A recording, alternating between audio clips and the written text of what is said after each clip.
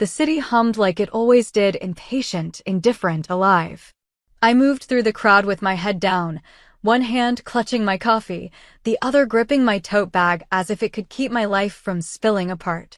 Rain had turned the sidewalks into slick mirrors, reflecting neon lights and restless feet. I wasn't watching where I was going when it happened, a solid shoulder, the sudden loss of balance, and then the shock of strong hands catching me before I hit the ground. "I'm so sorry," I blurted, coffee splashing down the front of my coat. "I wasn't. It's fine."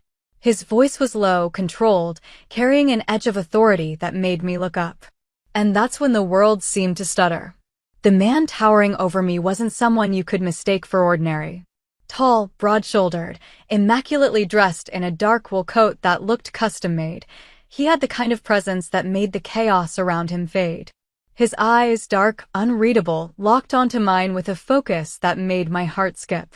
For a split second, I forgot the city, the cold, even the embarrassment. Then he smiled. Barely. The corner of his mouth lifted like an afterthought. "You should watch where you're going," he said. Not unkindly. Almost amused. Yeah. Sorry again."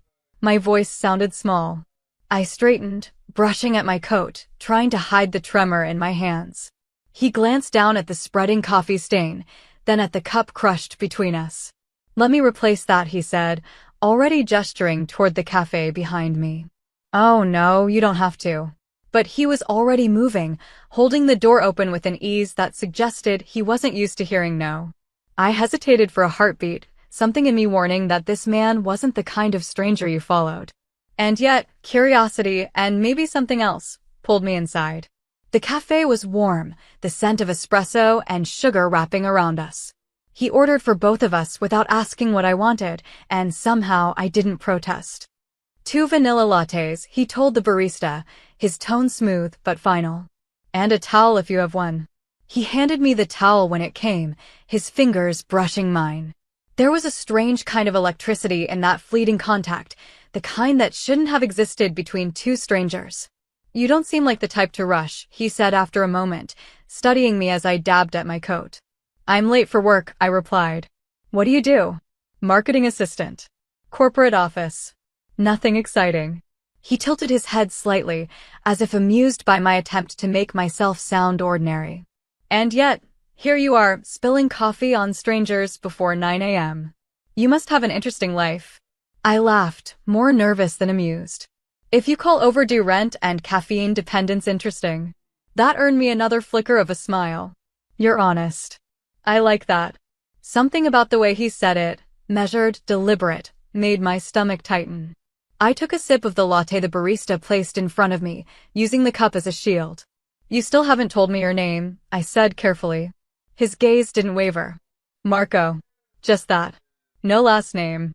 But the way he said it made it sound like it was enough. "Elena," I said after a pause. "Nice to meet you." Again. He nodded slowly. "Elena." He repeated it as if testing how it sounded on his tongue. "You should be more careful, Elena. The city's not always kind to people who aren't paying attention." The words should have sounded like casual advice, but something in his tone hinted at a deeper warning. Before I could respond, his phone buzzed. He checked the screen, his expression hardening for the briefest moment. Then he looked back at me, the smile returning like a mask sliding into place. "Excuse me," he said, stepping aside to answer. I turned away, pretending not to listen, but his voice, low and edged with authority, carried easily over the cafe noise. I caught fragments. "Handle it quietly, no police. Make sure he understands." Something in my chest tightened. Whatever business this man was in, it wasn't corporate. When he returned, the shift in him was subtle but unmistakable. "Sorry," he said smoothly. "Work never stops." "No problem," I replied, forcing a smile that felt brittle. He studied me for a moment, as if deciding something. "You live nearby?" The question made me hesitate. "Queens," I said finally. He nodded thoughtfully. "Good. Stay alert on your way home tonight." Before I could ask why, he placed a business card on the table. No logo, no company name, just a number. "If you ever need help, call me." "Help with what?" I asked, half joking. He held my gaze, his expression unreadable. Anything. Then, before I could respond, he was gone out into the rain, coat collar turned up, swallowed by the crowd as if he'd never been there. I stared at the card for a long time after he left. The number gleamed faintly under the cafe lights, embossed in silver. No name, just a contact that felt more like a promise or a warning. I should have thrown it away right then. Instead, I slipped it into my bag. That night, I couldn't shake the feeling that I was being watched. Maybe it was the echo of his words, the city's not always kind, or maybe it was the faint sense that something had shifted, that my life had brushed against something dangerous and unseen. When I reached my apartment, the street felt quieter than usual, like the city was holding its breath. I glanced over my shoulder once, twice, but saw nothing. Still, as I turned my key in the lock, I thought I caught the silhouette of a man standing under a streetlight across the road. Tall, still, hands in his pockets. Watching. My pulse quickened. But when I blinked, he was gone. I told myself I was imagining it. I told myself it was just a coincidence. But deep down, I knew better. That morning, I'd bumped into a stranger. That night, the stranger wasn't a stranger anymore. He was a shadow that had started following me. And somehow, I wasn't sure if I wanted him to stop. The rain hadn't stopped. It drummed against my window all night, a restless rhythm that matched the beating of my heart. Sleep came in fragments, half dreams of dark eyes and quiet warnings. When my alarm finally rang, I felt like I'd run a marathon in my own mind. At work, I tried to shake it off. Emails, phone calls, presentations, the usual noise of corporate life. But every time I glanced toward the windows overlooking Lexington Avenue, I thought I saw him again. Or someone like him, men in dark coats standing just long enough to make me doubt myself. By late afternoon, nerves had replaced caffeine as my fuel. When I finally stepped outside, the city air smelled of rain and exhaust. The sidewalk glistened beneath streetlights. I told myself to stop being paranoid. Then I saw it, a black sedan idling across the street, engine running, windows tinted. The same car I'd noticed near my building last night. I froze. Coincidence, maybe. But when the light changed and I crossed, the car moved too, slow, deliberate, always a few paces behind. I ducked into the nearest bodega, pretending to browse shelves of instant noodles. My reflection in the cooler door looked pale, wide-eyed. I pulled Marco's card from my bag. The number gleamed faintly, daring me to call. I almost laughed at myself. Call a stranger because you think you're being followed? A stranger whose work involved sentences like, handle it quietly? Still, fear overruled logic. I dialed. He answered on the second ring. Elena. Just my name, spoken like he'd been expecting me. I think someone's following me, I said quietly. Where are you? A corner store on 43rd, near the subway entrance. Stay inside, he ordered. Don't move. The line went dead. My stomach twisted. What had I done? But before panic could fully bloom, the bell above the door jingled. Marco stepped in, rain slicking his hair, his coat open over a dark suit. He shouldn't have been able to get here that fast. You shouldn't be out alone tonight, he said. I didn't plan to be. I gestured helplessly toward the street. There was a car. I know. He nodded to someone outside. A man in a similar coat moved past the window, speaking into a discreet earpiece. They're gone now. Gone. 2 men, hired to watch you. Not by me. His tone sharpened. They work for someone who thinks you might have seen something yesterday. Seen what? I was just walking. Exactly.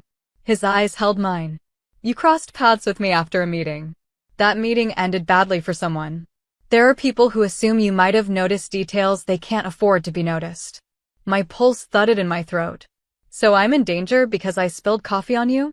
A ghost of a smile flickered across his lips. It's rarely that simple. But yes, in a way. He handed me an umbrella, black, expensive, clearly not from the bodega rack. Come with me. I'll get you home safely. Every rational part of me screamed no.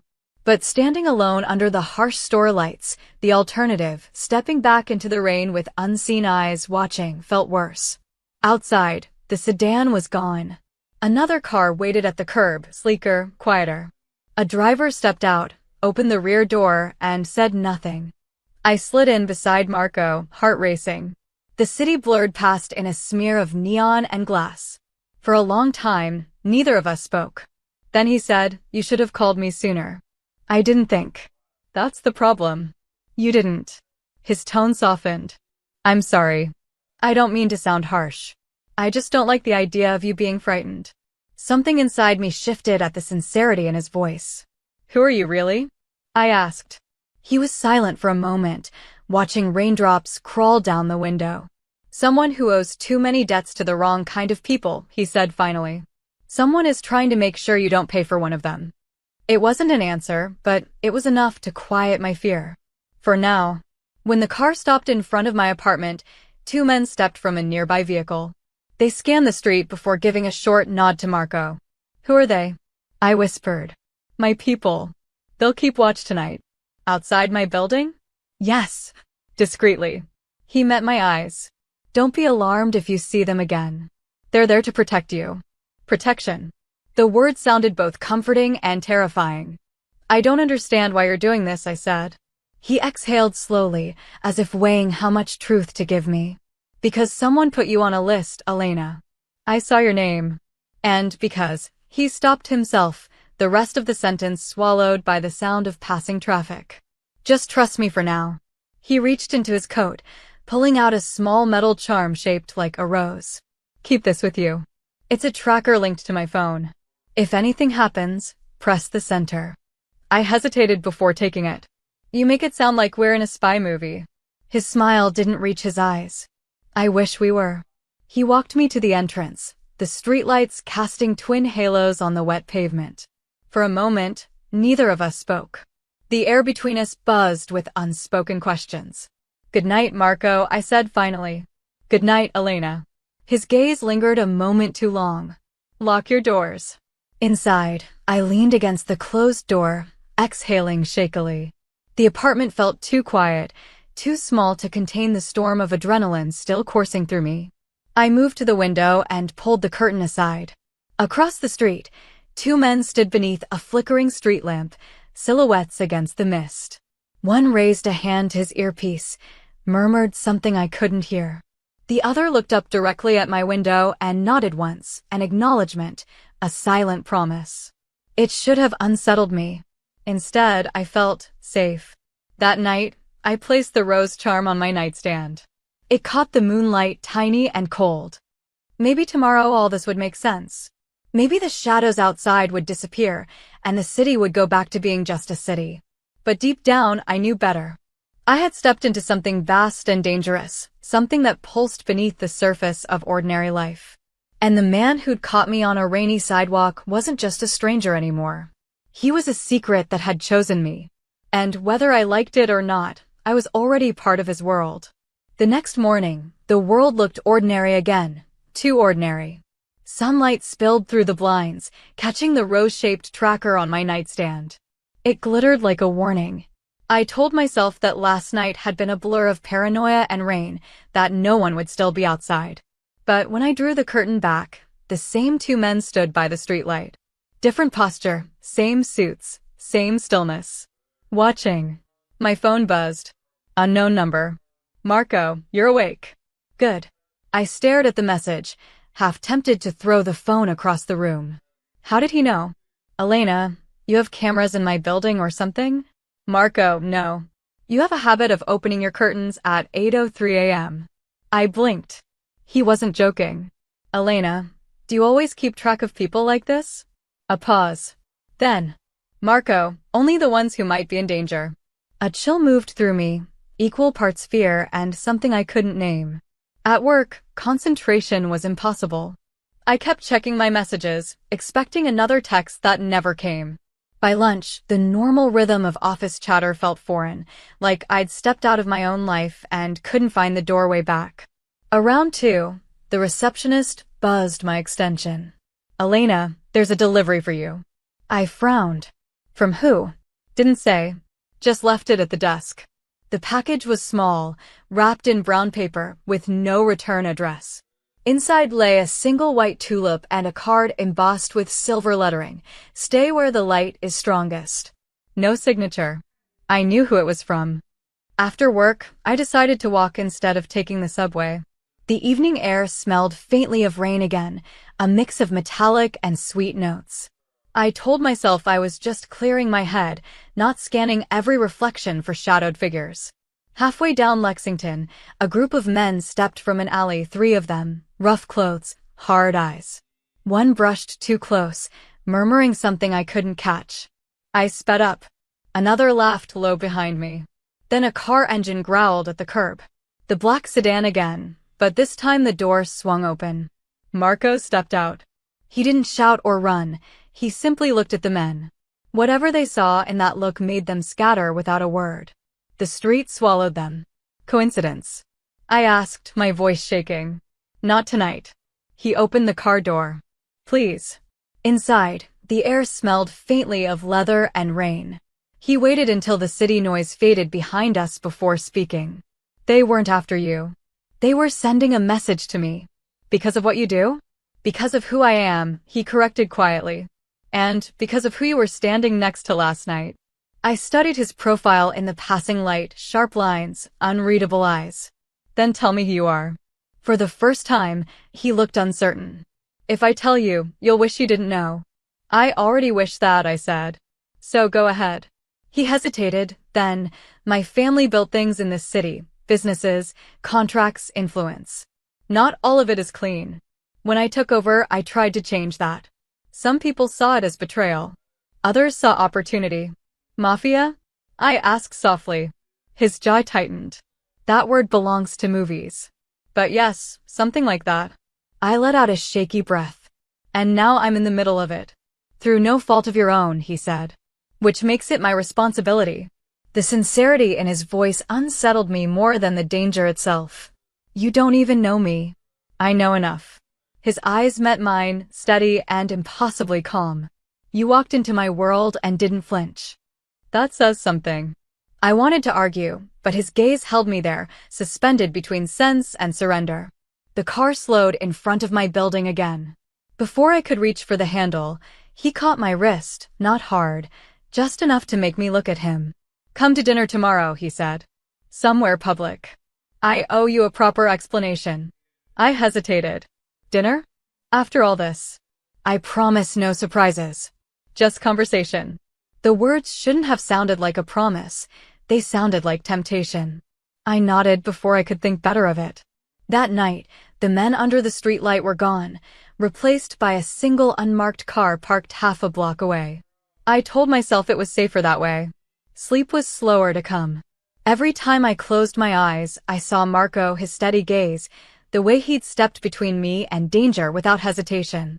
Part of me wanted to believe his world could stay at a distance. The rest of me knew it was already bleeding into mine. The next evening, I chose my outfit carefully, something simple, neither too formal for a date nor too casual for fear. When I reached the restaurant he'd named, a quiet Italian place tucked between mirrored towers, he was already there, standing to greet me. You came, he said, as if he hadn't been sure I would. I had questions. And I have answers. The waiter led us to a table near the back of the restaurant. Candles flickered in crystal holders, their reflections dancing on the walls. For a while, we spoke of ordinary things: coffee, rain, the city's noise. It felt disarmingly normal until his phone buzzed again. He ignored it. You can answer, I said. I'd rather not. Your job sounds demanding. My life is demanding. My job just keeps it from collapsing. The honesty in that sentence made me ache unexpectedly. So why bother with me then? You don't even have time for your own life. His eyes softened. Because the moment you crashed into me, something changed. I don't pretend to understand it, but I'm not the kind of man who ignores instinct. I stared at him, unsure whether to be flattered or afraid. Instinct can be wrong. Sometimes. But not this time. The words hung between us, fragile and dangerous. I should have changed the subject, but before I could, the waiter returned with a note instead of dessert. Marco unfolded it silently. His expression went still. What is it? I asked. He slid the paper toward me. 3 words, scrawled in black ink. She's not safe. He folded it again before anyone else could see. We're leaving, he said softly. My pulse raced. Is it? Not here. Not now. He stood, every movement precise, calm. Stay close to me. As we stepped into the night, the city noise felt sharper, colder. A black SUV pulled from the curb, headlights cutting through the mist. For a moment, I saw the driver's face, a pale scar down one cheek, eyes that lingered too long. Marco's hand found mine. Don't look back. And I didn't. We didn't stop until we reached the parking garage beneath his office building, if it even was an office building. From the street, it looked like any other glass tower, but the moment the elevator doors closed behind us, the air changed. Quieter. Denser. Every surface gleamed. Marco pressed the button marked P3, and the elevator began to descend. My pulse followed it downward. Who sent that note? I asked finally. I'm still finding out, he said. But whoever did knew where we'd be. That means a leak. A leak. In my business, information is the most expensive currency. Someone sold yours. Mine? He glanced at me. You're the easiest way to reach me right now. The doors opened to a private level lit by soft overhead lights. A single car waited, sleek, silent, matte black. He gestured for me to get in, but I stood my ground. You keep saying this isn't my fault, I said. Then why does it feel like I'm the one being smuggled out of a spy movie? A small smile ghosted across his face. Because spy movies always exaggerate the lighting. It should have been a joke. It almost worked. When we drove out into the night, the rain had stopped, leaving the streets slick and empty. Marco's phone vibrated on the console. He ignored it. You're not going to answer? I asked. Not yet. The people I trust are already working.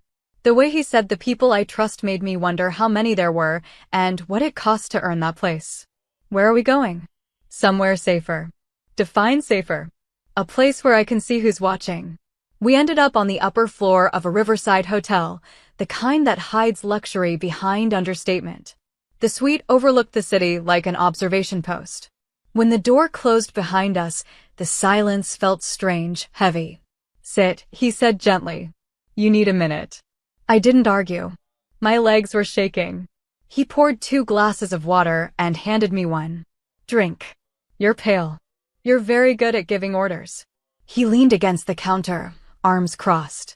It's the only way people listen in my world. I'm not in your world. Not willingly, he agreed. But until this is over, it's safer to pretend you are. I looked down at the glass in my hands, the condensation running over my fingers. What happens when it is over? He didn't answer immediately. Then you get your life back. His certainty should have reassured me.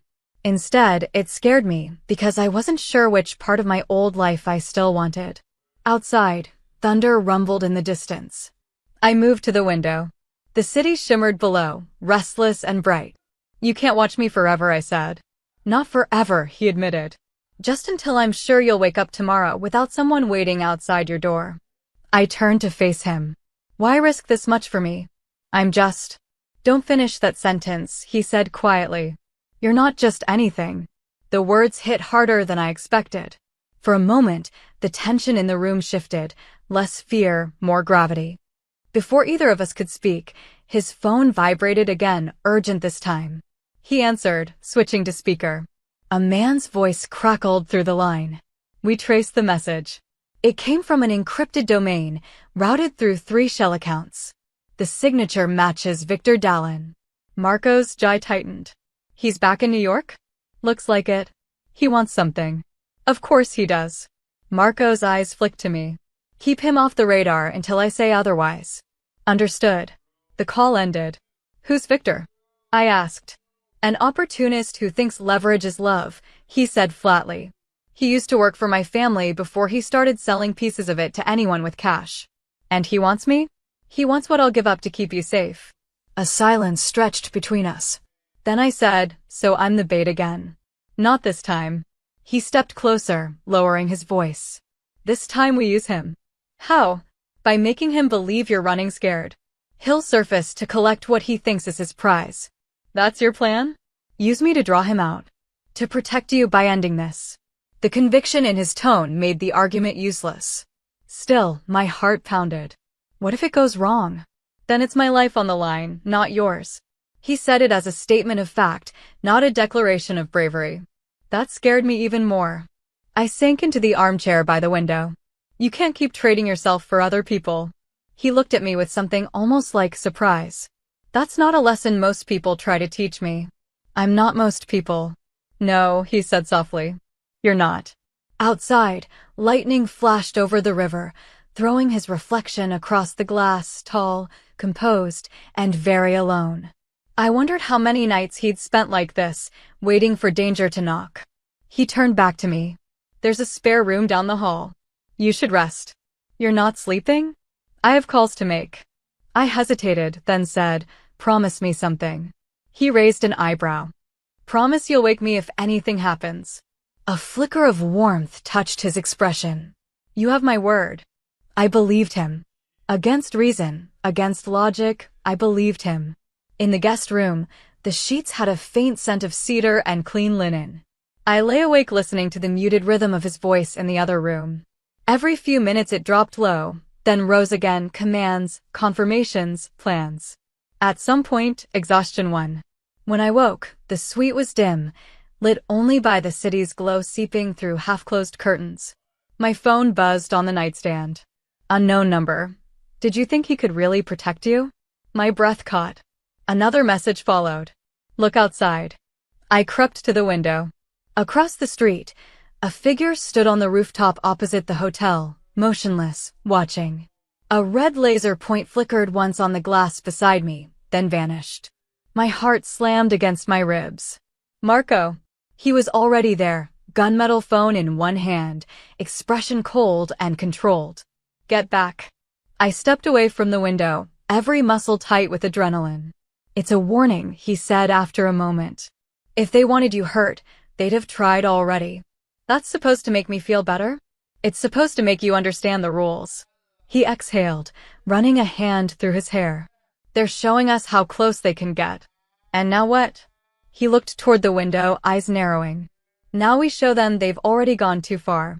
The night after the laser sight incident stretched into a sleepless blur. Marco stayed by the window, phone pressed to his ear, giving clipped instructions in a language I didn't know. Every so often, he paused, listening, jaw tight, the blue light from outside tracing sharp angles across his face. When he finally spoke to me, his voice had softened back into English. They're moving. The person who sent that message left the rooftop an hour ago. My people are following. Your people, I repeated. Do you have an army somewhere I don't know about? Not an army, he said. Just a few who still believe in doing things the right way. I almost laughed. The right way. He met my gaze. Protecting the innocent still counts as right. The words lingered after he turned away. I didn't feel innocent anymore. Just caught between fear of what followed us and the strange calm that came from being near him. By morning, the suite felt too small for all the unspoken questions. I found him sitting on the couch, still dressed from the night before, a tablet in his lap. On the screen, photos, grainy, zoomed shots of men I didn't recognize. They were at your office yesterday, he said without preamble. The same group that tried to corner you on Lexington. How do you even get these? I have friends who watch cameras before the police do. He turned the screen so I could see. One image showed a man with a familiar scar along his jaw. The driver from before. My stomach twisted. He's the one who... Yes. He works for Victor now. Which means Victor's escalating. What does he want? Information, money, maybe revenge. But what he really wants is to remind me he can reach anywhere. So he sends threats through me. His eyes softened. I won't let him keep using you. The conviction in his voice made me shiver. How? By taking away his advantage. He tapped the tablet again. A map appeared, with lines of red and blue tracing routes across the city. He's been moving product through a front company. If we shut it down publicly, he loses the power to hide. He'll have to come out himself. You're talking about baiting him again.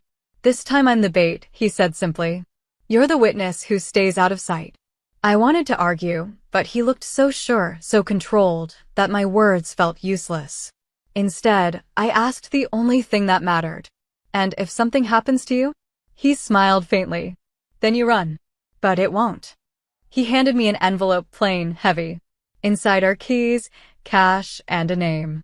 If I tell you to disappear, go to that person. He'll know what to do. I took it, the weight of it cold in my hands. You planned this already. I plan for everything, he said. It's the only way to survive in my world. For a moment, silence stretched between us. The hum of the city filtered through the glass, distant sirens, a ferry horn echoing downriver. Then he reached into his coat and pulled out a small black phone. You'll keep this one. It connects only to me. No apps, no tracing. If you need me, press 1. Marco, this is starting to sound like witness protection. He didn't smile. That's not far from the truth. Later that afternoon, he left for his meeting somewhere neutral, he said. I stayed behind with a security detail in the suite next door. The waiting was worse than fear. It was silence pretending to be safety. To distract myself, I opened the balcony door. The city smelled of ozone and river water. Somewhere below, traffic hummed, a reminder that life went on for everyone else. I wondered how many people down there walked past danger every day without noticing. A knock startled me. One of Marco's men stood in the doorway, earpiece glinting. Mr. Romano asked that you keep the curtains drawn tonight. Romano. So that was his real last name. I thought he was coming back. He will, the guard said. When it's done. When it's done. The phrase sounded final. Hours passed. The sky deepened ink. I paced until my reflection in the dark glass began to look like another person entirely. Then my phone, the black one, buzzed. Marco, are you alone? Elena, yes. What's happening? Marco, Victor's here. Keep your phone nearby. Don't answer the door unless it's me. I typed back, you said the meeting was neutral. Marco, he changed the rules. My hand shook. I stared at the tiny blinking cursor until another message came. Marco, whatever you hear, stay put. Promise me. I sent back a single word. Promise. 10 minutes crawled by. Then 15. The city outside glowed in streaks of red and gold. Somewhere far below, a siren wailed and faded. When the door finally opened, I flinched, but it was Marco, his coat damp, a cut along his temple. Are you hurt? I rushed forward. Not badly, he said, wiping blood from his eyebrow. It's over for tonight. What happened? He came with an offer, money to step aside, threats if I refused. Typical Victor. I gave him a counteroffer. Which was proof I know where his accounts are hidden. He'll run for a while. That gives us time. He sat heavily on the couch, exhaustion flickering behind his composure. I brought a towel from the bathroom. When I handed it to him, his fingers brushed mine. The contact jolted through me. You shouldn't be here, he said quietly. This isn't your world. Too late, I replied. You pulled me into it the moment you caught me on that sidewalk. For the first time, he laughed, a rough, tired sound that made something inside me loosen. Maybe, or maybe fate did. He leaned back, closing his eyes for a moment, and I saw the weight he carried, the fatigue of someone always 10 seconds from danger. Without thinking, I sat beside him. The city's lights painted his face in gold and shadow. Will he come back? I asked. Yes, he said. Men like Victor always do. But next time, I'll be ready. And until then? His gaze met mine, steady now. Until then, you stay where the light is strongest. The phrase from the white tulip card. Was that you? I asked.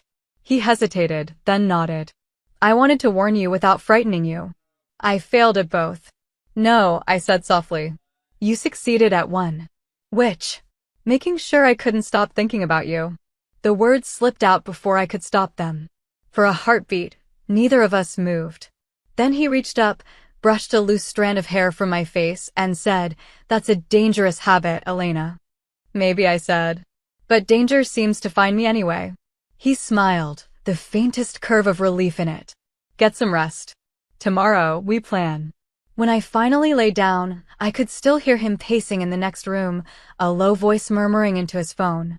Every so often, the rhythm paused, and I wondered if he was listening for me the same way I was listening for him. Sleep came slowly, threaded with city sounds and the echo of his words, stay where the light is strongest. I didn't yet understand what he meant. but I would. Morning came gray and restless. The first sound I heard was the faint buzz of Marco's phone vibrating across the glass table. He was already awake, standing by the window in a fresh shirt, sleeves rolled to his forearms. He looked like he hadn't slept at all. "Bad news?" I asked, still groggy. He didn't turn. "News. It's always bad when it comes this early." He gestured toward the skyline, where low clouds were pressing against the buildings like smoke. "Victor's people moved again last night. 2 of my warehouses were raided. Not by police, by someone pretending to be them." "Are you saying they're inside your network? Or just close enough to mimic it?" He exhaled, shoulders tight. "They want me unstable. It's working." I stepped closer. "Then let me help." He turned finally, eyes tired but sharp. "You already are. Every time they fail to reach you, they make mistakes.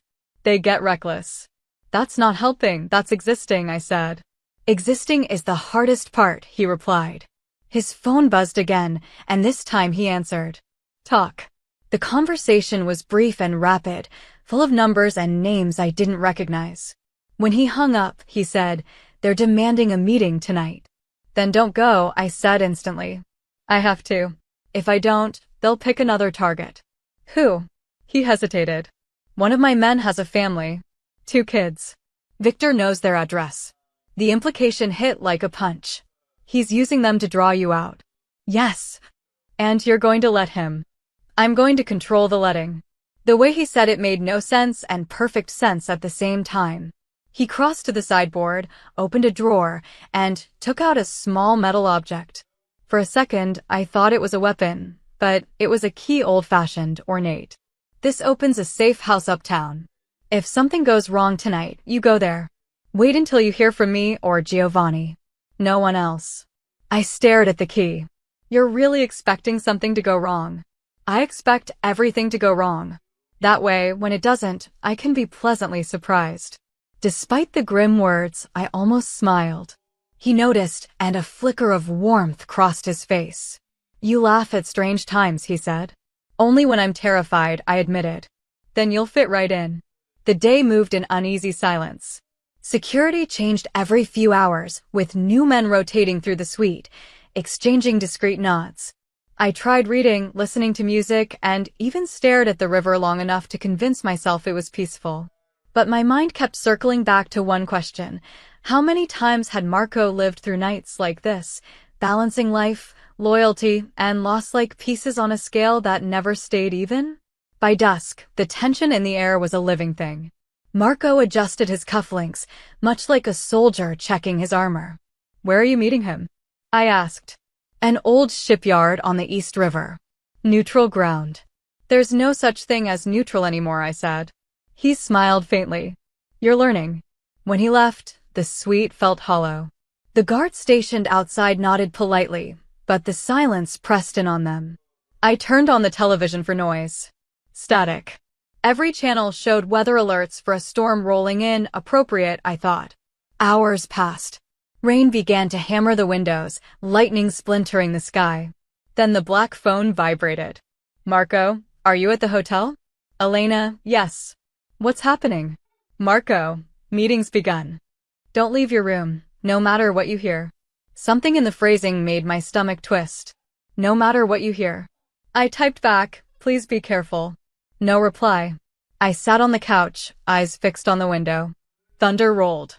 And then a sound from the hall. A single, deliberate knock. My heart lurched. "Who is it?" "Room service." But I hadn't ordered anything. I moved closer to the door, keeping my voice steady. "Who sent it?" "Mr. Romano," the voice said. Male, calm.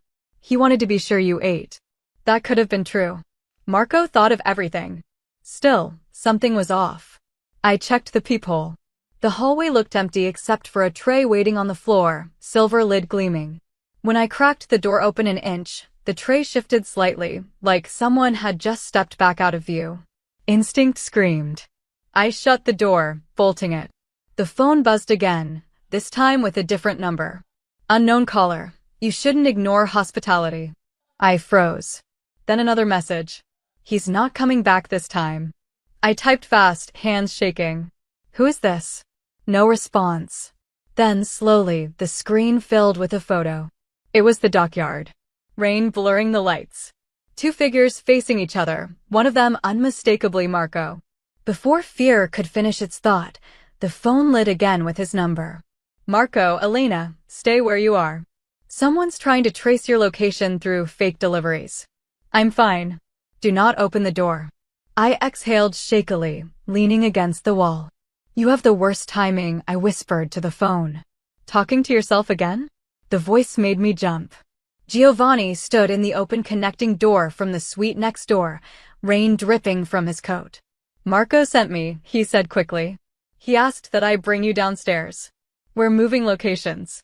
It's safer. Now. Everything about him looked authentic. The same careful politeness, the earpiece, the badge on his lapel. But a sliver of doubt cut through me. How do I know Marco really sent you? He frowned slightly, as if offended. Because I work for him. That's not an answer. He sighed. He told me to remind you, stay where the light is strongest. The phrase eased the knot in my chest. I grabbed the envelope and the key Marco had given me, shoved them into my coat pocket, and followed Giovanni out. The elevator ride down was silent except for the hum of machinery. When the doors opened into the lobby, the storm's reflection shimmered across the marble floor. Outside, a black car idled at the curb. Giovanni opened the door for me, scanning the street before ushering me in. Rain streaked the windows as we pulled away from the hotel. Only when the city lights began to thin did the unease return. Where exactly are we going? I asked. To meet Mr. Romano, Giovanni said. Where? He didn't answer right away. I looked out the window. The skyline was fading, replaced by warehouses and cranes. The East River. My pulse quickened. This isn't a safe house. Giovanni's expression didn't change. He asked me to bring you. To the shipyard? Yes. My hand tightened around the small phone in my pocket. Giovanni, if this is a trick. He cut me off gently. Then I'm the wrong person to betray him. He turned toward me then, eyes steady. Trust me just a little longer, Miss Elena. We're almost there. Outside, the rain turned to mist, soft and deceptive. The city's lights disappeared behind us.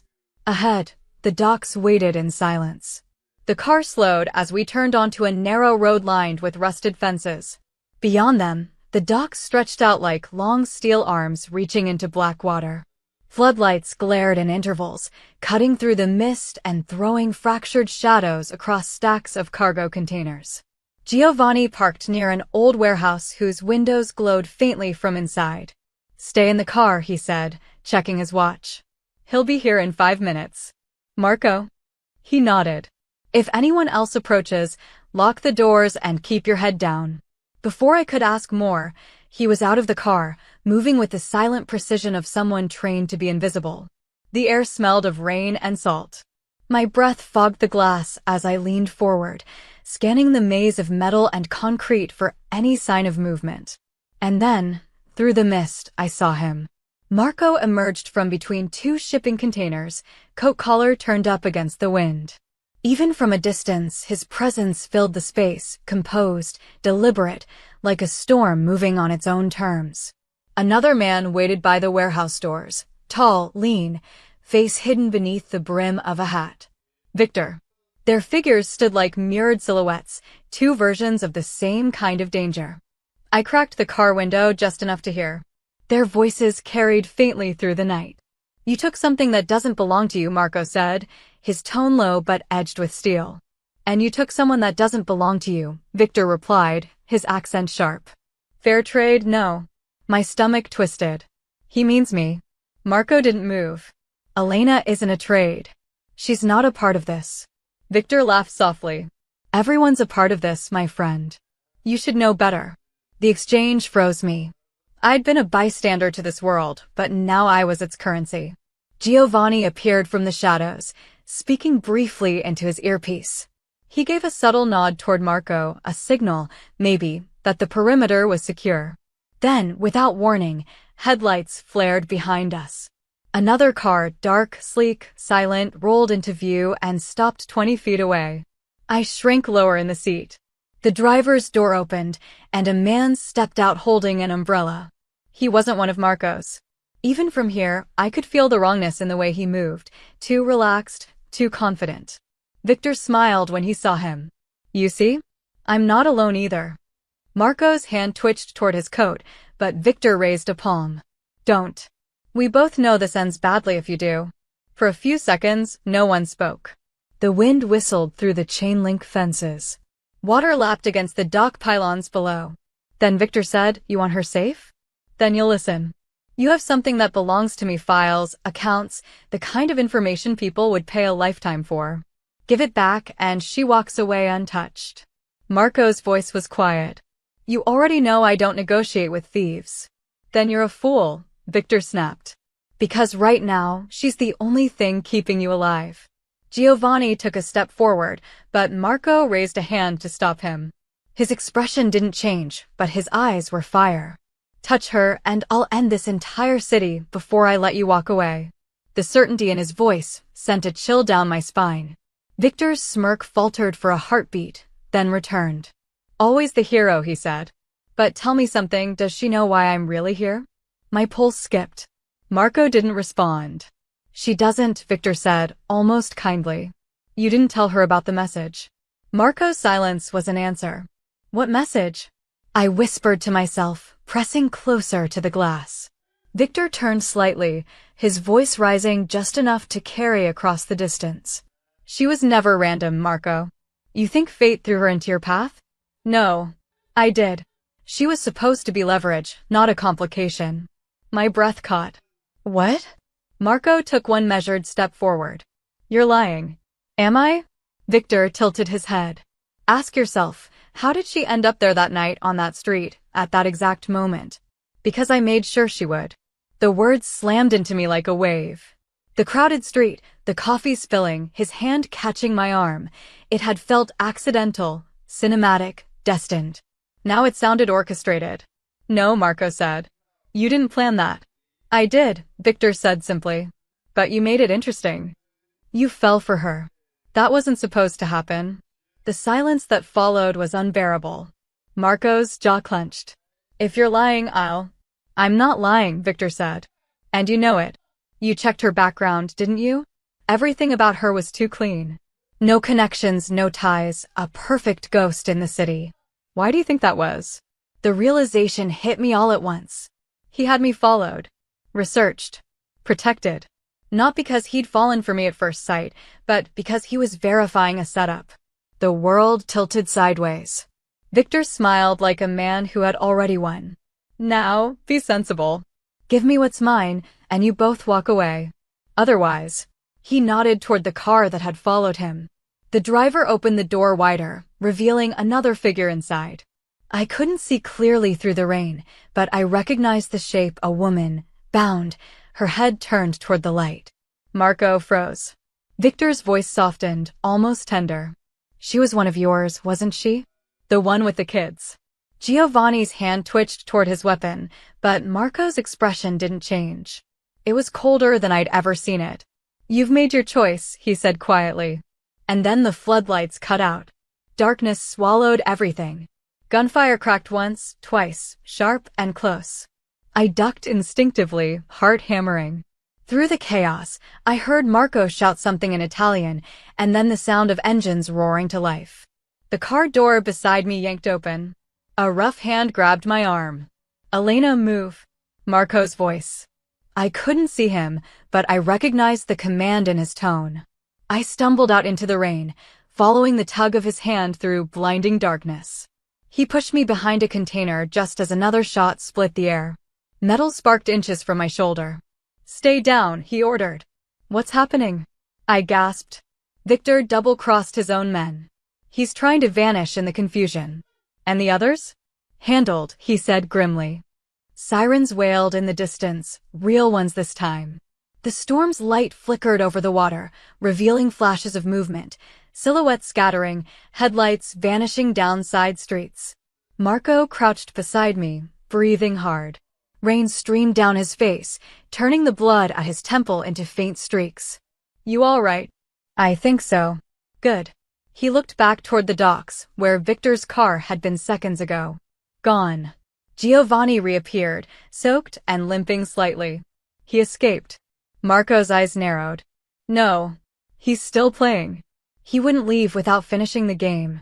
He turned to me. We need to move. Now. Where? Somewhere. He can't script the next move.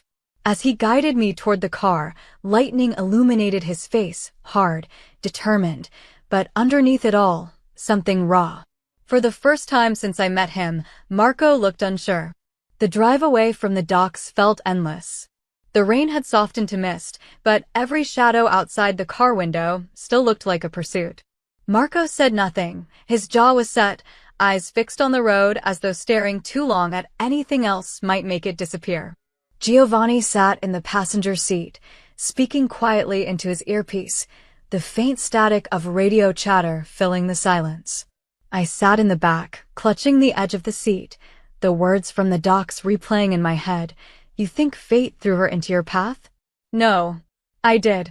When we finally pulled into an underground garage, Marco killed the engine and sat back, hands still gripping the wheel. Inside, he said to Giovanni, "Secure the floor." Giovanni nodded and left the car. Only when the echo of his footsteps faded did I speak. Was it true? Marco didn't look at me. What? You know what? What Victor said. He exhaled through his nose, still staring ahead. He lies for a living. That's not an answer. Silence stretched between us. I leaned forward, voice shaking. Did you know who I was before that night? Finally, he turned. The expression on his face wasn't guilt, it was calculation, trying and failing to become honesty. I knew your name, he said quietly. That's all. My pulse thudded in my throat. You knew my name? From where? Victor had a list. People he'd flagged for leverage. I didn't know what that meant until later. When I saw you on the street, I recognized the name but not the reason. Then you spilled coffee on me, and he stopped, a humorless smile touching his mouth. And suddenly, everything changed. So it wasn't an accident. He met my eyes. The bump, yes. The rest, no. I sank back against the seat, the air suddenly too thin. You let me believe. I didn't let you believe anything. I didn't even know what to believe myself. I laughed bitterly. That's convenient. He leaned closer, voice low and steady. If I'd told you the truth, you'd have run. And if you'd run, Victor would have found you before I could stop him. You think I didn't want to tell you? You think I haven't replayed that night 1,000 times, wishing I had? The words hit like bullets, not because of what he said, but because of how real they sounded. Then why tell me now? I asked. Because lies have a shelf life, he said. And we're past the expiration date. He opened the car door and stepped out. For a moment, I stayed where I was, gripping the envelope still tucked in my coat pocket. The one he'd given me in case everything went wrong. Maybe this was that moment. When I followed him inside, we were in what looked like a converted penthouse, open floor plan, panoramic view of the river, but bare of furniture except for a leather couch and a table with maps spread across it. Screens flickered on one wall, showing live feeds from security cameras. This is one of your safe houses? I asked. One of them, he said, setting his gun on the table and unbuttoning his coat. We won't stay long. Because Victor knows about it? Because I don't want him to. I walked toward the windows. The storm had finally broken, and the city below washed clean and gleaming under moonlight. You should have told me sooner, I said. I know. The simplicity of the admission startled me more than any excuse would have. He joined me by the glass, close enough that I could feel the warmth from his body through my jacket. You weren't supposed to be in this, he said. I thought I could keep you separate. But Victor doesn't believe in separation. And now? Now he's desperate. Desperate men make mistakes. And what about you? His reflection in the glass turned toward mine. I don't get the luxury of desperation. I faced him fully then, searching his eyes. Why are you really doing this? Protecting me, fighting him, risking everything? Don't say it's a strategy. For a long moment, he didn't answer. Then, quietly, because I lost someone once. She was innocent. Like you. I swore it wouldn't happen again. The confession landed like a stone dropped into still water. Who? I asked softly. My sister, he said. She got caught in a crossfire that wasn't hers. Victor called it collateral damage.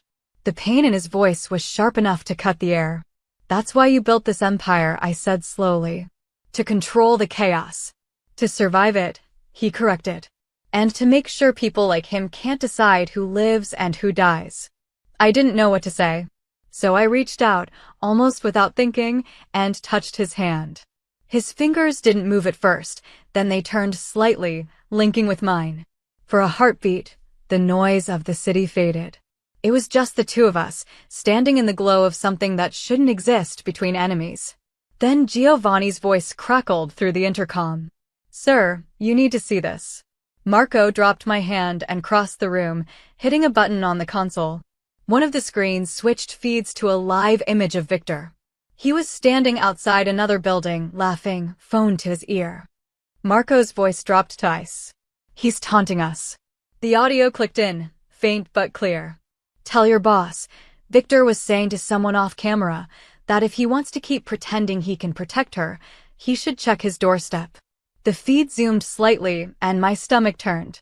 The building behind Victor was familiar. My apartment, I whispered. Marco froze. How long ago was this recorded? Giovanni checked the timestamp. 3 minutes. I felt the blood drain from my face. He's there now. Marco grabbed his coat. Lock down the building. Giovanni, get the car ready. He turned to me. We end this tonight. How? By showing him I'm not the one being hunted. He was already in motion, decisive and unstoppable. I followed, fear and adrenaline burning together in my chest. Outside, the city roared back to life, headlights streaking across wet asphalt, sirens echoing somewhere far away. As we climbed into the car, I realized that the man beside me wasn't just fighting for control, he was fighting for redemption. And whether I liked it or not, I was now part of his redemption story. The city blurred past the windows in streaks of white and red. Marco drove like a man who knew every shortcut by heart, weaving through traffic with quiet precision. Beside him, Giovanni relayed updates through the earpiece, short, coded phrases that sounded like another language of war. I sat in the back seat, fingers clenched around the key Marco had given me days earlier. The weight of it felt heavier now, as though the future it represented was bending under its own gravity. Are you sure he's still there? I asked. Marco nodded once. His car's parked 2 blocks from your building. He wants to be seen. What if it's a trap? It's always a trap, he said. The trick is deciding whose it is. When we turned onto my street, my heart dropped. The building loomed ahead, ordinary, quiet, lights glowing faintly in the windows. Everything looked exactly as I'd left it, which somehow made it worse. Giovanni checked the street before signaling. 1 man outside, pretending to smoke. 2 more across the road. Observers, Marco murmured. He's waiting for me to step out. What are you going to do? I asked. Make him think he's already won. He parked half a block away. Giovanni handed him a small device the size of a lighter. Signal jammers ready. Marco turned to me. Stay in the car. No matter what happens. I reached for his arm. You said that before. I'm tired of waiting in rooms and cars while you fight the ghosts. This one's not a ghost, he said. It's a man who's about to run out of options. He stepped out into the drizzle, walking toward the building with a confident stride. From the back seat, I could see the smoker straighten slightly, dropping the act. The other 2 across the street shifted, hands brushing their jackets. Then Marco did something strange. He put his hands in his coat pockets and looked up at my apartment window, as if casually checking the view. A moment later, the smoker touched his earpiece. Giovanni cursed under his breath. They're calling Victor. Shouldn't we help him? I asked. Helping him too soon ruins the plan. What plan? The one he didn't tell anyone, Giovanni said grimly. Before I could ask more, my phone buzzed. Unknown number. Against my better judgment, I answered. Such loyalty. Victor's voice drawled on the other end. You're watching him, aren't you? He's good theater. Where are you? I demanded. Close enough to appreciate the view. Tell me, did he ever tell you what's really on that flash drive he keeps hunting? I froze. Flash drive. The one your boyfriend stole before he learned the price of curiosity. Victor's tone darkened. It's not money he's protecting, my dear. It's names. Families. The entire structure of his empire. With it, anyone could own his world. I looked out the window, heart pounding. Why tell me this? Because I like balance. You should know who you're choosing. The line went dead. Outside, Marco had reached the front steps. He paused, glanced toward the man across the street, and smiled. Not friendly, not smug, just knowing. Then he took out his phone, typed something, and slipped it into his pocket. Giovanni's earpiece crackled. He listened, then grinned. That was the signal. Signal for what? For the building's lights to go out. And they did suddenly, completely. Every window on the block went black. For a split second, confusion rippled through Victor's men. Then Marco moved. Not running, not hiding, walking straight toward the smoker. A blur of movement, the faint sound of struggle, and the man was down. Giovanni started the car. We move now. He pulled forward, headlights off.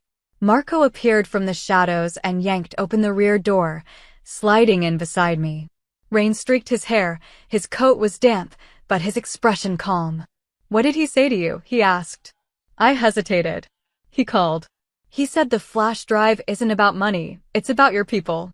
That whoever holds it controls you. Marco's jaw tightened. He's not wrong. That drive is everything I've built and everyone I've protected. If he gets it, no one is safe. Then why not destroy it? Because destroying it means erasing proof of what he's done. I need it to end him. The way he said it, quiet, controlled, was more chilling than anger could ever be. Giovanni turned down a narrow alley, stopping beneath an overpass. We'll switch cars here. The decoy team's 2 minutes behind. Marco leaned back, closing his eyes briefly. He wanted you to hear that story, he said. To make you doubt me. Did it work? I asked softly.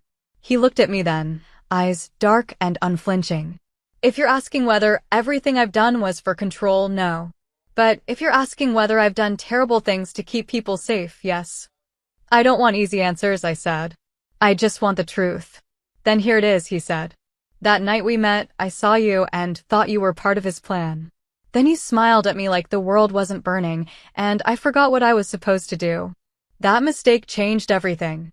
It wasn't a confession of love, it was something heavier. A surrender of armor. The car behind us flashed its headlights once. Giovanni nodded and got out to meet them. Marco turned back to me. He's not done. Victor wants you to be afraid enough to run. That's how he wins. Then what do? We stop running. He reached into his coat and pulled out a small flash drive, sleek, silver, unmarked. He doesn't know this is the real one, he said. He's been chasing a decoy. Then it's over, I said. Not yet. There's still one name on this drive he doesn't want me to see. Who?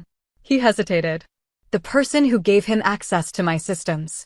You mean there's a traitor in your circle? He nodded slowly. Someone close. Too close. I thought back to Giovanni's controlled tone, the way he always appeared before things went wrong, the faint tension between them. Do you know who? I have a guess, he said quietly. Before I could ask, the car door opened again. Giovanni leaned in. Safe route's clear. But we need to move now. Marco slid the flash drive into his inner pocket and gave a short nod. Then we finish this. As we pulled away from the overpass, the city opened ahead of us, wet streets reflecting 1,000 fractured lights. Somewhere in that maze, Victor was waiting. But for the first time since it began, I didn't feel like a pawn. I felt like a piece finally ready to move. And whatever came next, I wasn't sitting it out. The rain had turned into a fine mist that blurred the edges of the city, as if the skyline itself wanted to disappear. The new car glided through the slick streets, unmarked, forgettable. Marco sat in silence beside me, his profile sharp against the glow of passing streetlights. Giovanni drove ahead in another vehicle, supposedly clearing the path. I couldn't stop watching Marco's reflection in the window. He looked carved from quiet fury, every breath measured. Whatever name was on that flash drive had changed something in him. You think it's Giovanni, don't you? I asked softly. His gaze flicked toward me. What makes you say that? The way you looked at him. The way he's been, careful. Too careful. Marco didn't answer immediately. He rubbed a thumb across the scar on his wrist, a tell I'd learned to recognize as him thinking. Giovanni's been with me for 10 years. He's saved my life more than once. But lately, he's been one step ahead of everything, even things I never told him. That could mean he's just good at his job. Or that he's good at someone else's. The words hung heavy between us. The car turned onto a quieter street lined with warehouses and half-lit offices. Marco's men followed at a distance, shadows inside black SUVs. It should have made me feel safe, but instead I felt exposed, as if the world had narrowed to this single point of uncertainty. What happens if you're right? I asked. If it's him, then I do what has to be done. There was no anger in his voice, just a sad inevitability that frightened me more than rage could have. He pulled a small tablet from his coat, plugged in the flash drive, and entered a code. Lines of data filled the screen, a maze of names, accounts, and encrypted coordinates. My eyes caught one line highlighted in red, internal leak, confirmed, level 1 access. He tapped it. The next screen revealed a single name. Giovanni Russo. Marco exhaled slowly, like someone absorbing the final confirmation of a suspicion they'd prayed was wrong. Marco, I started, but he cut me off with a gesture. Don't, he said quietly. Not yet. The car slowed. He motioned for the driver to pull over beside a shuttered cafe. Outside, the city noise faded into the soft hiss of rain. He stared at the screen for another moment, then shut the tablet and slipped it back into his coat. Where's Giovanni now? I asked. He's meeting us at the docks, Marco said. That's where Victor's men were supposed to make their next move. Fitting, isn't it? He'll walk into the same place he planned to sell me out. What are you going to do? I'm going to give him a chance to tell the truth. The way he said it, calm, almost compassionate, made my chest tighten. We arrived at the docks an hour later. The rain had eased to a drizzle, but the fog had thickened, rolling in off the river in ghostly waves. Floodlights cast long, shifting shadows across the pier. Somewhere in the distance, a ship's horn moaned like a warning. Marco stepped out first, scanning the area. Stay close, he said. I followed, my shoes clicking softly against the wet boards. The smell of salt and diesel filled the air. Giovanni was waiting by one of the storage containers, a cigarette glowing faintly between his fingers. His posture was relaxed, almost casual, but his eyes were sharp. You came alone? He asked. For now, Marco replied. Where's Victor? Gone, Giovanni said, flicking ash into the puddle. Word is he's leaving the city tonight. You might have scared him more than you thought. Or you warned him, Marco said. The faintest flicker crossed Giovanni's expression, gone so fast I might have imagined it. What are you talking about? Marco reached into his coat and pulled out the tablet. He held it up, screen glowing cold blue. You tell me. Giovanni's joy tightened. You shouldn't believe everything you read. I don't, Marco said. I believe what people show me. Giovanni laughed, but there was no humor in it. After everything I've done for you? You think I'd betray you for that snake? I think loyalty means nothing if it's bought, Marco said quietly. And Victor pays well. Giovanni's voice hardened. You've changed, Marco. The moment she arrived, you began making mistakes. Thinking with your heart instead of your head. He glanced at me then, disdain curling his lip. She's the reason you're slipping. I stepped forward before I could stop myself. You're wrong. He's not slipping, he's waking up. Maybe for the first time. Giovanni's eyes narrowed. You should have stayed out of this. And you should have stayed loyal, Marco said. The silence that followed was heavy charged. Giovanni dropped the cigarette, crushing it under his heel. Then, slowly, he reached inside his jacket. Marco didn't flinch. He simply said, don't. Giovanni froze, then sighed, pulling out not a weapon, but a small flash drive. Identical to the one Marco carried. I wasn't selling you out, Giovanni said. I was saving us. Victor's reach is deeper than you know. He already owns half your council. The drive you have, it's compromised. The real one is here. Marco's expression didn't change, but I could feel the tension in the air crack like invisible lightning. Prove it. Giovanni tossed the drive to him. Plug it in. Marco caught it, studying it for a moment before slipping it into the tablet. Data filled the screen again, Different this time, cleaner, structured. Dozens of hidden accounts, coded transactions, and one line blinking red. Asset transfer. Elena D'Angelo. My breath caught. What is that? I asked. Giovanni's gaze flicked toward me. Insurance. Victor made a deal with your family years ago. You were promised his network if anything went wrong. What? My voice broke. That's not possible. Marco's head snapped toward Giovanni. You're lying. Am I? Giovanni said. You think she bumped into you by accident? You think any of this was a chance? The ground seemed to tilt beneath me. Marco's voice was low, dangerous. You're saying she was part of this from the start. I'm saying she was supposed to be. Maybe she didn't know. Maybe she did. I shook my head, tears burning hot. I didn't know. Marco, I swear. He didn't answer right away. The fog pressed in around us, the river whispering secrets only it could keep. Finally, he said, then it seems Victor's web is larger than I imagined. He turned back to Giovanni. But it still doesn't excuse you. Giovanni's mouth opened as if to argue, but Marco's men emerged from the mist, surrounding him in silence. He didn't resist. You should have trusted me, Marco said softly. We could have ended this together. Giovanni looked past him, straight at me. You still can. But when you find out who you really are, don't say I didn't warn you. Marco's jaw clenched. Take him. As Giovanni was led away, the fog swallowed his last words. But they stayed with me, echoing like a warning bell I couldn't unhear.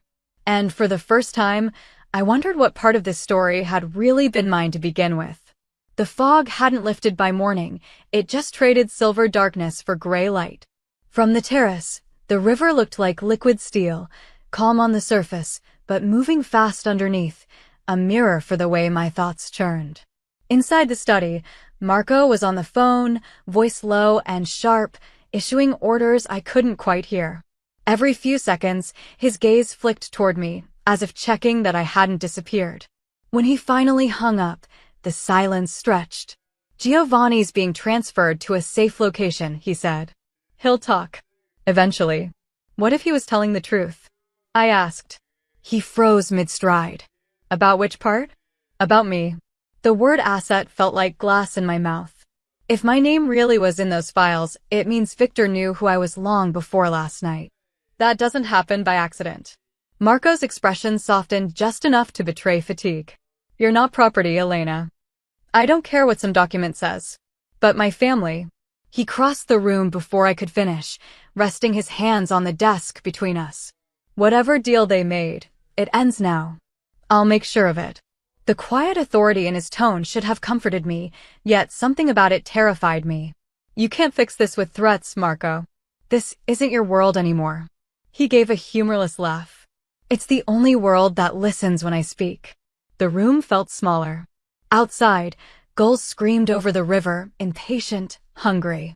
Tell me about the file, I said. Everything. Marco hesitated, then turned the tablet toward me. The page still glowed with the words asset transfer, Elena D'Angelo, followed by coordinates and a date, 12 years ago. Below it, a signature I recognized instantly, my father's. No, I whispered. He was deep in debt, Marco said quietly. Victor lent him money when no one else would. To secure it, he signed over collateral. Me. He didn't answer, but he didn't have to. I sank into the chair, staring at the looping script of my father's name.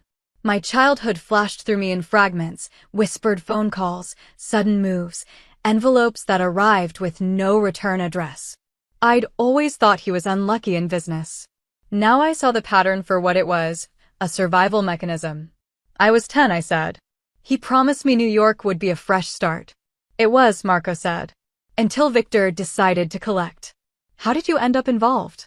Giovanni introduced me to Victor's circle years ago. I thought I could learn from them, build something legitimate. By the time I realized what they really were, it was too late to walk away. He rubbed his temples. When I saw your name in those files, I understood why Victor wanted you found. But I didn't know he'd send men to take you until that night at the cafe. So that's why you were there? He nodded. To intercept them. To make sure you never even saw their faces. For a long moment, neither of us spoke. The only sound was the ticking of the mantel clock. Finally, I asked, and now? What happens to him? Victor? Marco's eyes hardened. He'll run. But not far enough. A shiver slid down my spine. You can't go after him alone. I don't plan to, but he has to believe I will. He turned away, pulling on his jacket. I reached out instinctively, catching his sleeve. Marco, wait. You keep saying you'll protect me, but maybe it's the other way around now. If he's using me as leverage, you're his real target.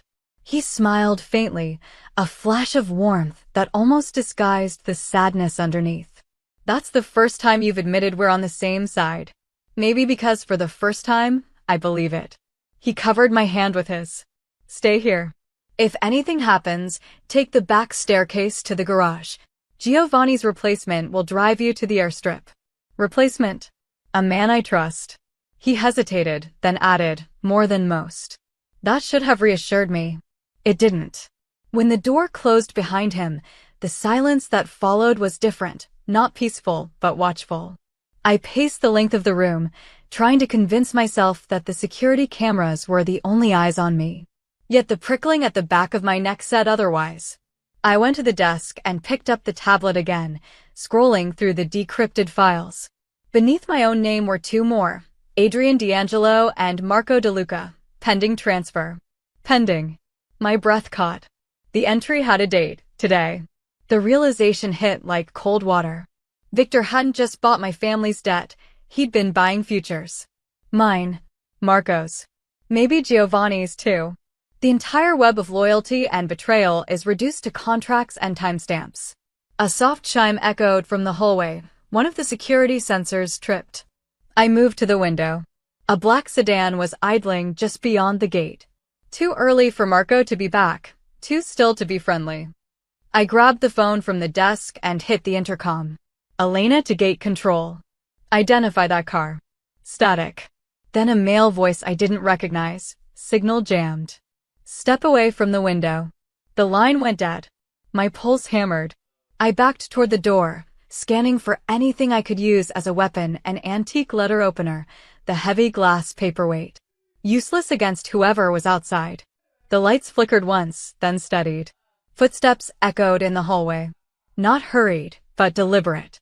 Marco? I called. No answer. The footsteps stopped right outside the study. A shadow moved under the door.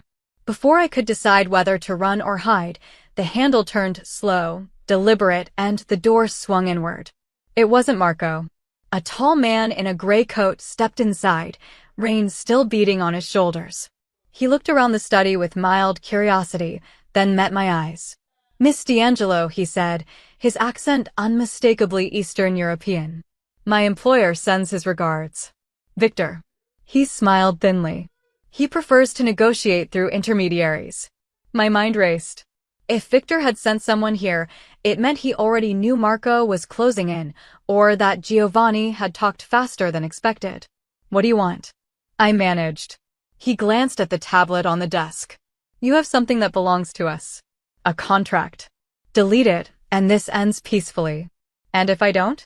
His smile didn't change. Then my men outside stopped waiting.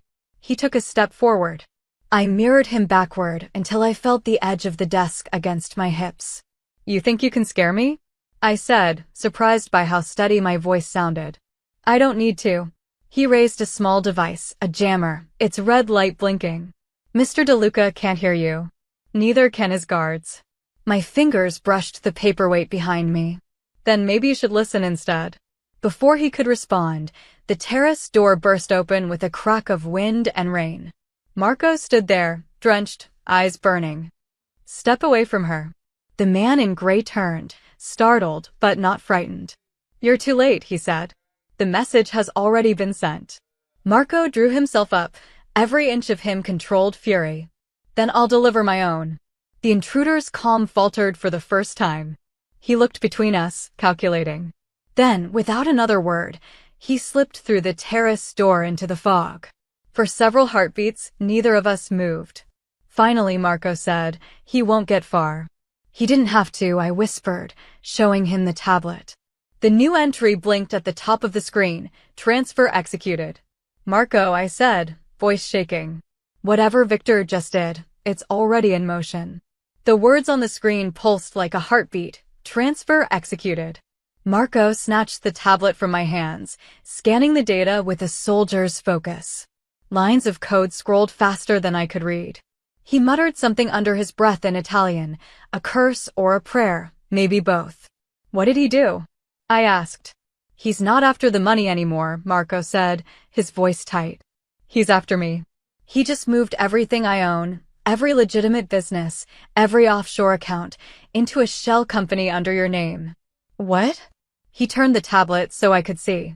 Dozens of transactions flickered across the display, each redirecting vast sums of money into a single holding account, D'Angelo Trust. Victor just made you the owner of my empire. For a second, I couldn't breathe. Why would he do that? Because he knows I'll do anything to protect you, Marco said. He's betting I'll surrender myself to reverse it. And will you? He looked up from the screen, eyes dark and steady. No, not this time. The thunder outside cracked so sharply it rattled the glass. Marco set the tablet down and crossed to the window, scanning the fog-shrouded gardens. He's trying to smoke me out, he said. If I go to him, I lose everything. If I stay, he comes for you. Then we don't give him a choice, I said. Marco turned, one eyebrow raised. Meaning? Meaning we stop playing defense. It was impulsive, reckless, but the idea had already formed, a spark catching flame. You said the system he's using needs confirmation from both parties, right? What if we confirm it, but on our terms?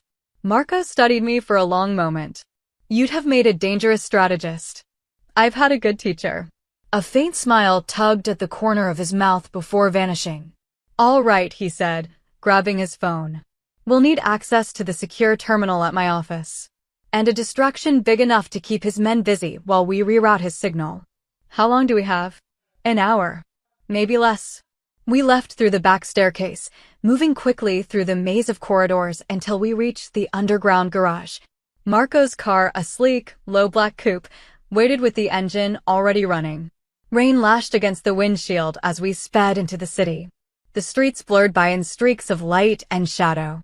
Despite the urgency, there was a strange calm between us, the kind that comes when fear and purpose balance perfectly. Tell me something, I said quietly. Before this ends. Anything. When you found me that night, the cafe, was it really just protection? He glanced at me, then back at the road. At first. A pause. Then it became something else. Something I wasn't expecting. The honesty in his voice cut through the noise around us. I looked out the window, heart pounding for reasons that had nothing to do with danger. For what it's worth, I said, it wasn't chance that I bumped into you that day. But it wasn't a plan either. I think maybe it was inevitability.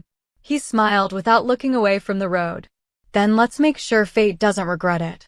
When we reached the office tower, it was nearly deserted. The night guard nodded as Marco flashed his credentials, unaware of the storm brewing above him. We took the private elevator to the top floor, the hum of the machinery echoing our racing thoughts. Inside the office, the city spread out like a sea of stars. Marco powered up the main terminal, its glow cutting through the dimness. I stood beside him, the tablet trembling slightly in my hands. All right, he said. Victor's rerouting signal should bounce through 3 proxies. When I connect, he'll think I'm taking the bait. And you'll reverse it? He nodded. We'll rewrite the transfer chain and collapse his entire network in one move. The monitor is filled with code. Marco's fingers flew across the keyboard, every keystroke deliberate. I watched, fascinated and terrified, as lines of encryption unraveled like silk threads. Then another window blinked open. A video feed. Victor's face appeared calm and smiling. Marco, he said, his voice distorted by static. You're late. Marco didn't stop typing. You're overconfident. And you're predictable. Victor's gaze shifted toward me. Miss D'Angelo. I see you've adjusted nicely to your new fortune. Why me? I demanded. Why drag me into this? Because you were already part of it, he said, almost kindly. Your father knew the cost of his debts. I'm simply collecting the interest. You destroyed lives, Marco growled. I built empires, Victor countered. Yours included. Don't forget where your first million came from. The air felt electric, like the moment before lightning strikes. Marco entered the final command, hitting execute without hesitation. Then consider this my last repayment. The monitors flickered. Victor's expression changed for the first time, surprise, then fury, as his signal fractured. The feed dissolved into static. It worked, I breathed. Not yet, Marco said. We need confirmation from both ends. He turned to me. You started this with me. End it. I took the tablet, my hand shaking only slightly, and pressed the confirm button. The screen flared bright white, then faded to black. When the system rebooted, the accounts were gone, emptied, scrubbed, erased from existence. Every trace of Victor's empire and Marco's alike, gone in one digital heartbeat. Everything? I asked. Everything, Marco said quietly. Clean slate. He leaned back, exhaustion flickering in his expression. He can't rebuild fast enough to find us now. His network's crippled. The silence that followed was deafening. The rain had stopped outside, leaving only the soft hum of the city below. So that's it, I said. We win. Marco gave a faint smile. Winning's a temporary condition. But for now, yes. The elevator chimed behind us. For a heartbeat, both of us froze. Then Elena, the housekeeper from the mansion, stepped out, soaked and breathless. The estate, she said. It's gone. His men came while you were here. They found Giovanni. Alive? Marco asked.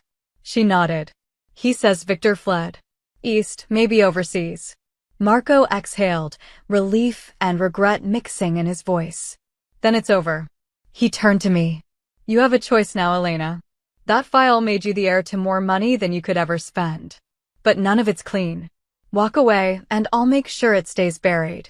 I thought of my father, of debts and promises, of the chain that had pulled both of us into this world. No, I said finally. We walk away together. Start over. Clean slate. He studied me for a moment, as if measuring the truth in my voice. Then he nodded. The dawn was breaking by the time we reached the river again. The city glowed pink and gold, washed clean by the storm. Marco leaned against the railing, the wind tugging at his hair. You know, he said softly, I never believed in fate until you crashed into me that day. I smiled. Maybe fate's just the name we give to the mistakes that lead us somewhere right. He laughed, low and genuine, and for the first time in days, it didn't sound like armor breaking, it sounded like freedom. Behind us, the city continued to breathe, alive and unbroken. Ahead, the river carried away the last traces of night. For now, we were safe. For now, that was enough. The world always feels different after a storm. Streets gleam like mirrors, sky washed clean, and the air holds that rarest of gifts, silence. For the first time in months, I could breathe without waiting for the next disaster to strike. Marco and I didn't go back to the mansion. There was nothing left there but ghosts and memories wrapped in expensive stone. Instead, we checked into a small inn by the Hudson, the kind of place where no one asked names or saw anything they didn't need to. The woman at the desk handed over a single key with a smile that didn't reach her eyes. We were just another tired couple escaping the city for a night, exactly the story we needed her to believe. The room smelled faintly of lavender and old books. Marco opened the window to let in the morning air. Beyond the curtain, the river glimmered, wide and endless. I stood beside him, watching the current carry debris downstream, branches, leaves, the ghosts of things people had tried to hold on to. Feels strange, I said. What does? Peace. He turned, resting an arm against the frame. Don't get used to it. Peace is just the pause between storms. Then I'll take every second of it, I replied. He smiled, faint and wistful. You're braver than you think, Elena. I let the words hang there, soaking in the warmth of them. For all the danger, the lies, the chaos we'd endured, there was still something human in him, something that hadn't been devoured by the world he came from. Hours passed. The innkeeper brought up coffee, and we sat on the balcony with mismatched mugs, the sound of water lapping below. Every so often, Marco's phone buzzed, but he ignored it. Whatever empire he'd had was gone. Maybe that was the point. What happens now? I asked. He looked out toward the horizon. You start over. Whatever you want, new name, new country. I'll make it happen. And you? I'll stay until I'm sure Victor's finished. I frowned. You mean until you find him? His silence was answer enough. I set my mug down. You can't keep chasing ghosts, Marco. You'll end up becoming one. He met my eyes, and for a heartbeat, the weight of everything we'd survived pressed between us, the fear, the trust, the impossible choices. Maybe, he said quietly. But some ghosts deserve to be chased. A knock at the door cut through the moment. Marco tensed instantly. I could almost feel his pulse rise through the air. He motioned for me to stay back, then opened it an inch. The man on the other side wasn't one of Victor's. He was older, wearing a courier's jacket, rain still dripping from his cap. Delivery for Elena D'Angelo, he said, offering a plain envelope. Marco checked it, then handed it to me. From who? The courier just shrugged. Guy paid cash. Said it was personal. He left before we could ask more. The envelope was sealed with red wax, unmarked except for a single initial pressed into it. A. Inside was a folded sheet of thick paper, faintly scented of tobacco and something darker. The handwriting was elegant, deliberate. Elena, if you're reading this, then Victor's gone, or close enough. However, you should know that men like him never work alone. The network survives him, and so do his debts. Your father's name still carries weight in places even Marco doesn't see. When the time comes, you'll have to decide whether to run again or to stand where he couldn't. Until then, trust no one completely, not even the ones who've saved you. A friend of your father. Below the signature was a small symbol I recognized only vaguely. 2 intersecting circles, the mark that had been stamped on the corner of my father's old ledgers, a mark I'd once thought decorative. I looked up at Marco. Do you know what this means? He studied it, brow furrowing. No, but whoever sent it knows more than they should. Could it be Giovanni? He wouldn't use this. He's too direct. So someone else was working with my father, I said slowly. Someone who's still out there. Marco's jaw tightened. Then this isn't over. I folded the letter carefully and slipped it back into the envelope. Maybe it's not meant to be over. Maybe it's meant to begin again, differently. He smiled at that, but there was a shadow behind it. You always see the story beyond the ending. Maybe because I've lived through too many chapters. We stood there for a long time, listening to the river, each lost in thoughts that refused to quiet. When the sun began to set, Marco turned to me. If you could start anywhere, he asked, where would it be? I thought about it, really thought. Somewhere quiet. Where no one knows our names. Where the biggest secret is the sunrise. He nodded. Then that's where we'll go. And Victor. If he's smart, he'll stay buried. If not, he shrugged lightly. He'll find out ghosts can bite. A laugh escaped me, small, shaky, but real. That's darkly poetic. Occupational hazard, he said. That night, I couldn't sleep. The storm had passed, but my mind wouldn't still. I watched Marco doze in the chair by the window, the faint glow of dawn outlining his face. For the first time, I saw the man beneath the armor, tired, haunted, but still standing. I took the envelope from the nightstand and looked at it one last time before tucking it into my bag. Not as a warning, as a reminder. A reminder that the story wasn't over.